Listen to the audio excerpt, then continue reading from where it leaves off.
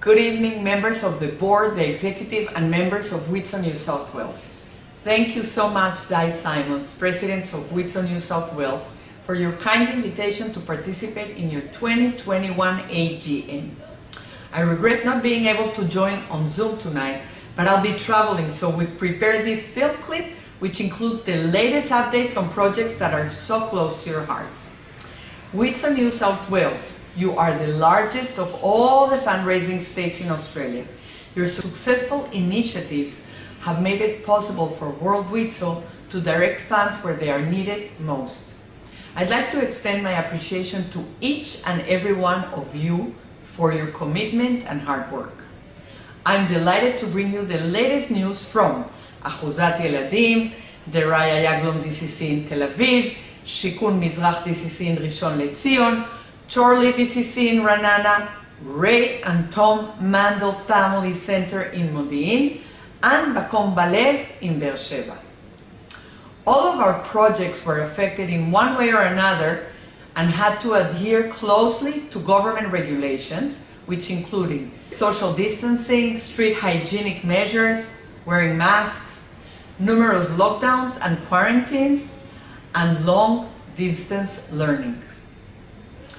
These regulations affected the entire country, and following them became the new normal. And to make matters worse, they were constantly changing. So, when it came to specialized educational facilities, such as אחוזת ילדים and אחוזה קטנה boarding school and residential homes, the strain and the skills that were needed to cope was immense. Yossi Saragosi, who sends his love, described this past year as trying to adhere to a normal routine in abnormal times. At the outbreak of the pandemic last March, אחוזת ילדים staff were caring for 65 youth, each with their own set of emotional needs and each attending therapy sessions designed specifically for them.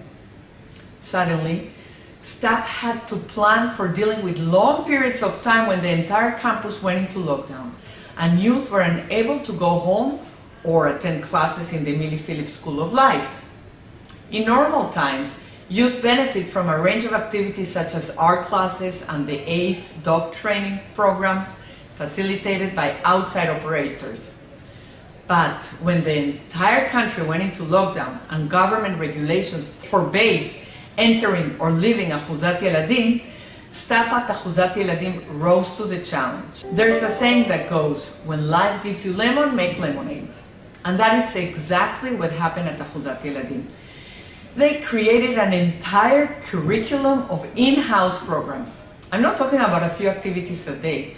I'm talking about an entire series of activities, including sports, arts, and baking. They printed weekly schedules and posted them all over the campus to help make the adjustment to this new normal. It was really important to keep youth busy and make them feel safe and secure. In between lockdowns, when youth left the campus, it always meant possible exposure to the virus. And when this happened, youth and everyone they were in contact with, including staff, had to go into quarantine on the campus. Speaking of staff, besides putting in unbelievable hours and taking on all kinds of extra tasks, we have to remember that they too were dealing with the unknown, fearing for their own health and the health of their families.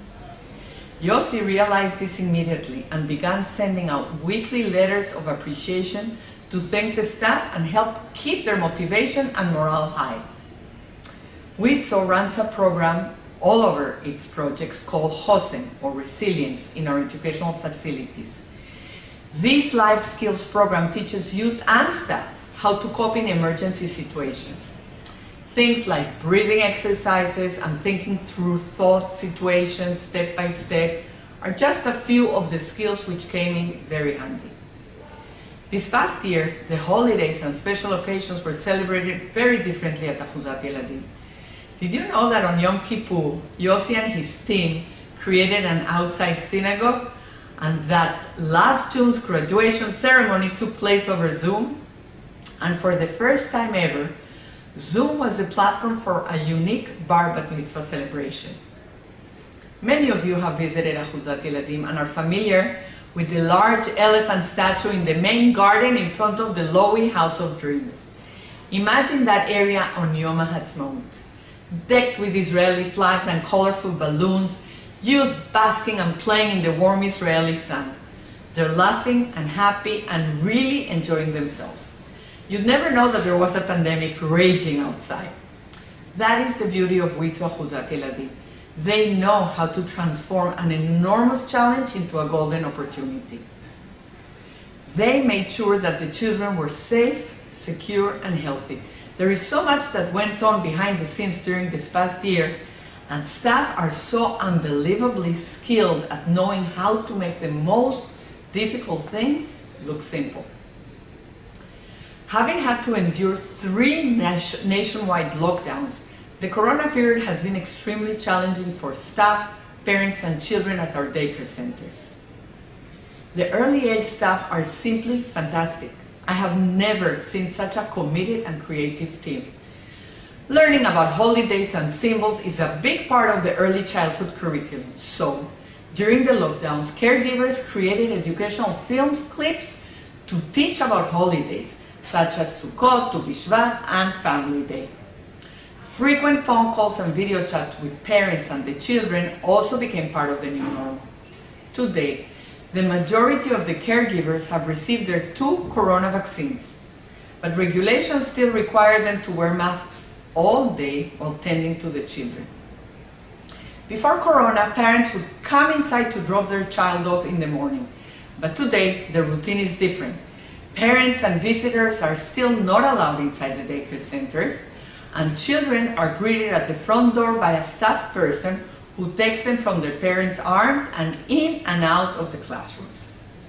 The first day back after long breaks is always a challenge at every daycare center. There is often separation anxiety and lots of crying, and staff were well prepared. And although some of the children did react by crying, for the most part, they ran straight into the loving arms of the caregivers. When we asked Rina Losky, director of the Australian-sponsored Chorley DCC in Ranana, to tell us what the parents were most concerned about during the lockdowns, she smiled and said the most popular question was, when can our children return? Rina sends her love and has warm memories of WIZO Australia's last visit to the daycare center during the AGM. She remembers how Di Simon's navigation skills saved the day and helped to bring the delegation safely to the center. When we asked Tamar Awizerat, the director of Shikun Mizrach DCC in Rishon LeZion, to tell us a little about how she and her staff had coped during the pandemic, she responded by saying, "Before I answer, I'd really like to know how our friends in Australia doing. Are they okay? It's clear that you are terribly missed, and the bond which you have with your projects is so special and very heartwarming." The Raya Yaglon Comprehensive Daycare Center in the heart of Tel Aviv is an exceptional facility catering to a very diverse population, including high-risk children referred by the welfare authorities. Because of this unique category, the facility remained open throughout Corona from 8 a.m. to 4 p.m., Sunday through Friday. For 70 children from babies to 5-year-olds, being able to spend their day in the center was truly a lifesaver. Their curriculum including educational and recreational activities and of course, 2 hot nutrition meals and healthy snacks. One of the main personalities at the daycare center, who many of you have met over the years, is Noam, a young caregiver who loves to speak English and is so passionate about his work. Noam spoke about the challenges of helping children get back into their regular routine and how much the parents appreciated the love, care, and education their children receive at the DCC. The newest member of the DCC is Director Yuval Goldring. He began in December 2020. He has a degree in education and was a history teacher before he joined WIZO's ranks. He speaks English and looks forward to meeting you all. The doors of the Ray and Tom Mendel Family Center in Modin reopened a few weeks ago. Dina, the chairperson, was very happy to say that among the varied activities there are 2 new young women's groups. The center receives special permission for volunteers to sort out the items being dropped at the second-hand shop, the Bigudik. So when the lockdown was over, the store was immediately ready for business. The time has come to speak about what's new at Makom Balev in Beersheba. This unique facility's name means a place in the heart. And I am sure that many of you at today's AGM were actively involved in fundraising for this exceptional project. Serving and engaging a population of young women at risk of being sexually exploited and who already have backgrounds of physical and sexual abuse is a tremendous challenge. Director Avital Rubenstein and her team are doing a great job. They have initiated a new project and more women are reaching out for support. The professional staff are outstanding and kept in touch with the girls throughout the corona. They visited them and brought them food and personal supplies. It was during the last lockdown that Ziva, a 23-year-old victim of family incest, gained the courage to share her heart, rendering past with her therapist. That very same night, Ziva was brought to Makom Balev and settled safely and comfortably into the emergency bedroom.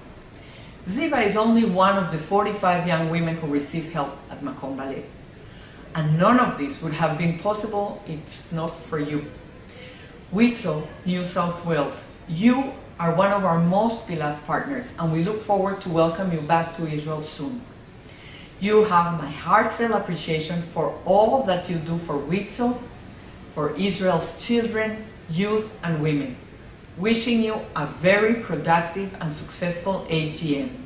Toda and B'Shana Haba B'Yerushalayim. I hope I see you soon, all of you here. Thank you.